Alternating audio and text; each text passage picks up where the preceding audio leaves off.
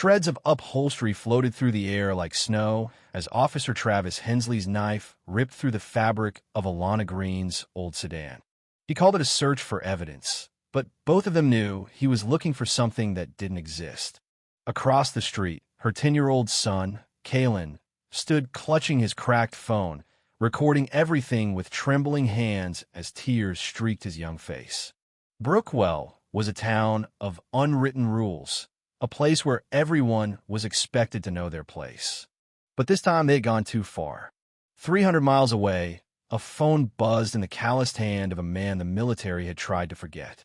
Marcellus Green, Alana's older brother, stared at the desperate text from his sister. His face hardened, his body stilled, and that quiet, lethal calm returned the same calm that had once made him the deadliest sniper in his unit. They had destroyed Alana's car, but they didn't realize what they had done.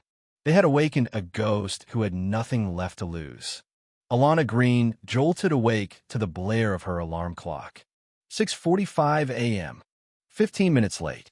Panic seized her as she threw off her covers and rushed through her cramped apartment, calling out to Kalen. Her son groaned, burying himself deeper into the blankets. 5 more minutes, Mom. Not today, she said firmly, tying her hair and slipping into her pale blue diner uniform. In the kitchen, she slapped together a peanut butter sandwich, apple slices, and a last juice box from the pantry. Kalen shuffled in, dragging his backpack, eyes half closed, his shirt on backward. Shoes. Hair. Shirt, Alana sighed, turning him around and fixing everything with the speed of a mother used to doing 5 things at once. They sprinted down the broken stairwell of their aging apartment building, past the hallway light that hadn't worked in months. Outside, the humid Brookwell morning was already thick and heavy. Alana's 12-year-old sedan, with nearly 200,000 miles, sat like a relic on the curb. Not today, baby, she whispered, turning the key. The engine groaned, then sputtered to life. They reached Brookwell Elementary with 5 minutes to spare. Love you, she said, kissing Kalen's forehead. Love you too, Mom, he replied, slamming the door behind him. Alana pulled out, the car clunking ominously with every turn. She couldn't worry about that now. She was already late. Rick's diner was packed when she slipped through the back door at 8:07 a.m. She barely clocked in before her manager barked at her. 3rd time this month, Green. My car. I don't want excuses. Next time you're gone.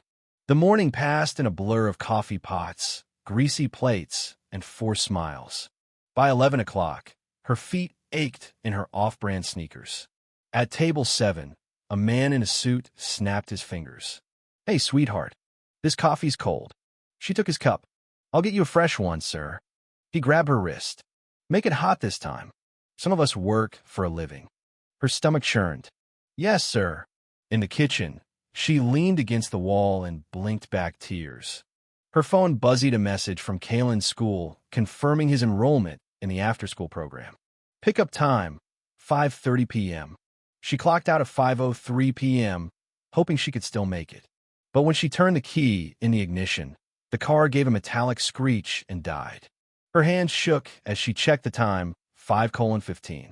Kalen would be waiting in 15 minutes. She tried calling a cab, 45-minute wait. She turned the key again, and by a miracle, the engine sputtered to life. 3 miles later, on busy Maple Avenue, the engine died for good. She managed to coast to the shoulder, hazards blinking weakly. Her phone battery was at 7%. She texted, car trouble. Stay with MS. Bennett. Then she called the tow company. Someone will be out soon, the dispatcher said. Her battery died. 15 minutes later, flashing red and blue lights filled her rearview mirror. Relief swept over her until she saw the officer's face. Officer Hensley. She rolled down the window. Thank God. My car broke down. License and registration. Of course, she said, reaching. Hand where I can see them. Step out of the vehicle. What? Officer, I'm just... Another cruiser pulled up. A younger officer stepped out. Everything okay? Stolen vehicle, Hensley lied. Driver's uncooperative. Alana's jaw dropped. This is my car. Across the street, she saw Kalen. He must have walked from the school. He stopped in his tracks. "Kalen, stay there," she shouted. "Hensley Spoon. Who are you talking to? My son is just a child. Control your kid. Turn around. Hands behind your back." "What?" "No. Officer, please, he's watching. Last warning." Alana turned, her hands trembling. "Please," she whispered, "don't do this in front of him." Hensley slammed her onto the hood. The metal scorched her cheek. "Mom!" Kalen screamed, sprinting toward them. Dalton, the younger cop, intercepted him.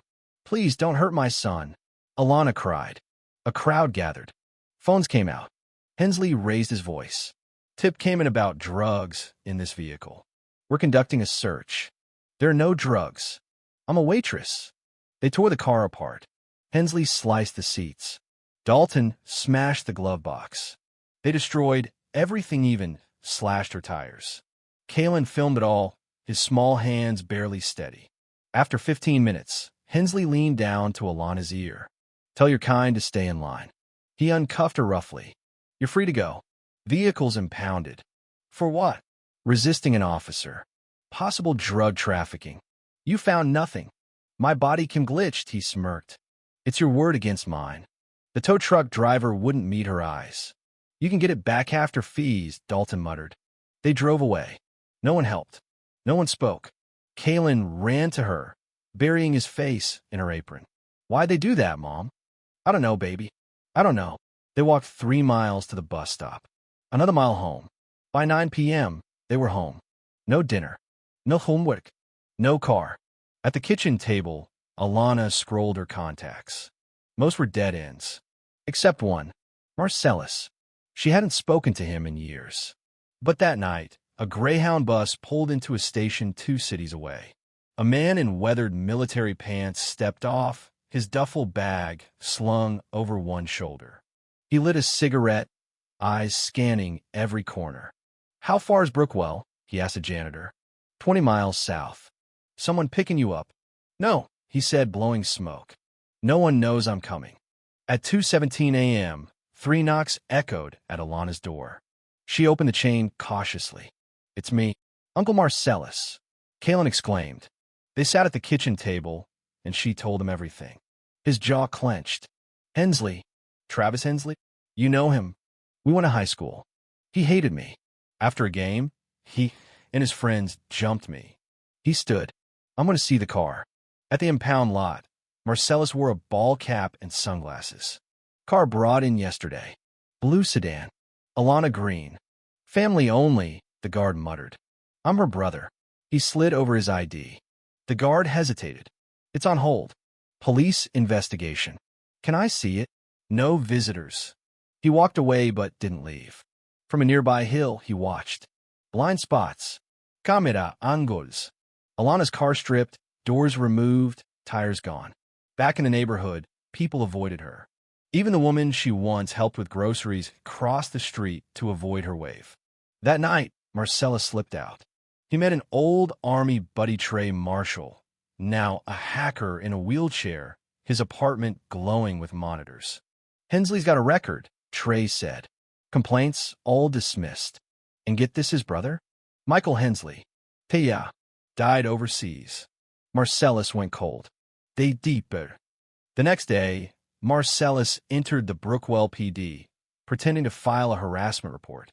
Across the lobby, Hensley walked in. Their eyes locked. "Didn't think I'd see you again," Hensley muttered. "Funny thing about ghosts," Marcellus said, not breaking eye contact. That night, Alana confronted him. Was this personal? It always was. From a storage unit, Marcellus retrieved a footlocker, tactical gear, encrypted drives, a sniper rifle disassembled but pristine. The war had come home, and this time, he was ready.